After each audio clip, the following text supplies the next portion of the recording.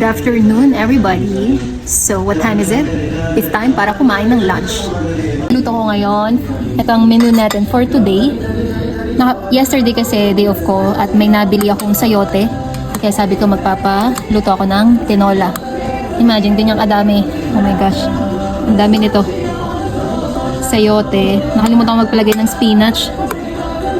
Ewan ko lang, masarap ba to? Love, masarap ba to?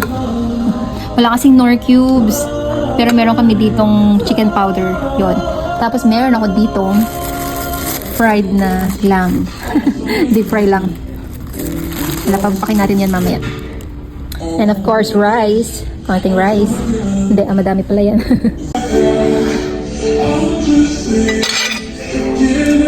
Okay.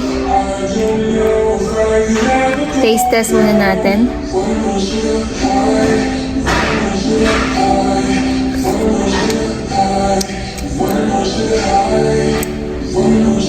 Iba yung lasa nung chicken powder sa Knorr cubes siguro. Pero, kaya rin ah. Gusto ko kasi ng sabaw. Tapos may sayote. Kain po.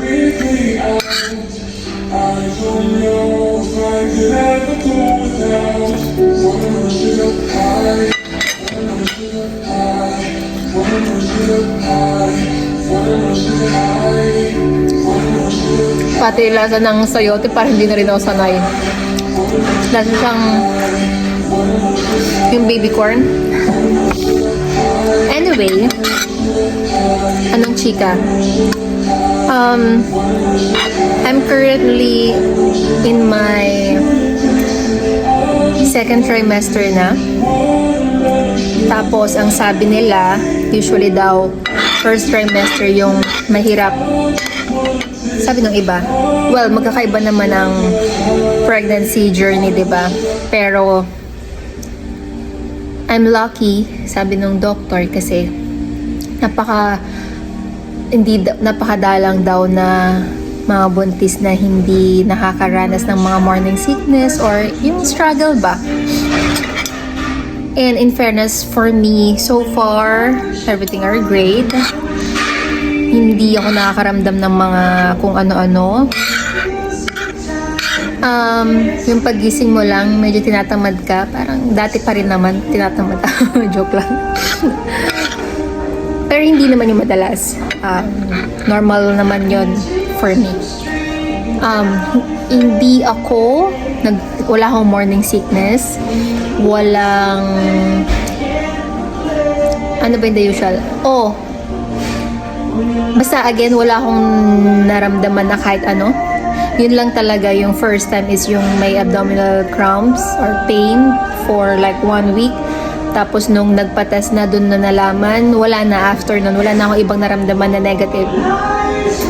Tapos, ayun lang, yung palate ko lang, yung taste buds ko, pag sinearch ko kasi sa Google nakalagay doon metal taste. Pero yung panlasa mo kapag may lagnat ka, ganon. Pero ano lang yon, saglit lang naman, siguro mga 2 weeks, mga ganyan. Kaya lagi ako naghahanap ng maasim, or dati pa rin naman mahilig ako sa maasim. Pero mas preferred ko na yung ganon. Hindi rin ako mahanap ng sweets. Napaka-minimal lang. Tapos, ano pa ba? From the beginning, meron akong nafe-feel ko yung breast ko. Ang term sa Google is breast tenderness. Sabi normal lang yon. Pero at the beginning talaga, simula nung hindi ko pa nalalaman, hindi pa ako nagpapatest, nafe-feel ko na yung ganun. Kaya sabi ko, akala ko dati, ay magkakaroon na ako. Pero hindi, up to now. Ano pa ba? Ano pa ba? Teka lang, kain po.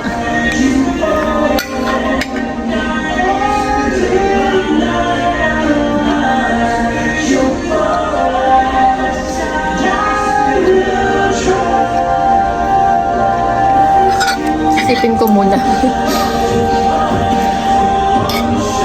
Yun lang. May migraine din kasi talaga ako, pero nung hindi pa ako buntis, sobrang dalang na. Pero ngayon, medyo pero bilang na bilang lang naman sa daliri. Tsaka very mild lang. Ano pa ba? Experience. Yun lang. So, yun lang. Yung first week, parang, ayun nga, abdominal pain for 1 week. Breast tenderness, metal taste, walang morning sickness, walang any struggle. Yun lang. Wala yung naglilihi or naghahanap ng anything. Wala naman akong ganun. In fairness. Yung kunwari madaling araw, wala pa so far. Meron ba lang kapag second trimester na? Sabi nila kapag daw third trimester, doon naman yung tipong hindi mo na nakokontrol yung sarili mo, kain ka ng kain. Ako so far, ang routine ko lang morning, ang breakfast ko blended na any fruits na mabili ko for the day off. Tapos, eto lunch ko lang, ganyan, any vegetable or protein. Tapos, dinner ko, napakadalang, snacks lang. Ganun lang so far. Kaya, sabi ng doctor ko, maswerte ka.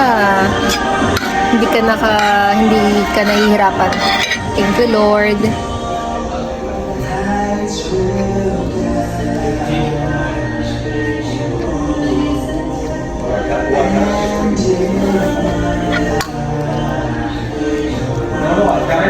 Sabi ng mama ko, pati din daw siya, hindi rin siya nakaranas dati ng paglilihim.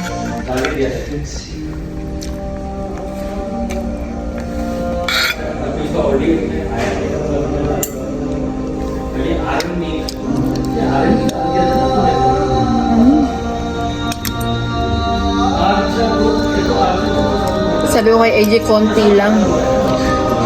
Mga 5 pirasong chicken. Oh, ang dami.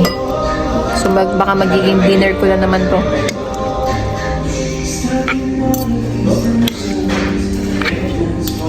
Anyway, yun lang ang kwentuhan natin for today. And this is my ulam. See you again tomorrow.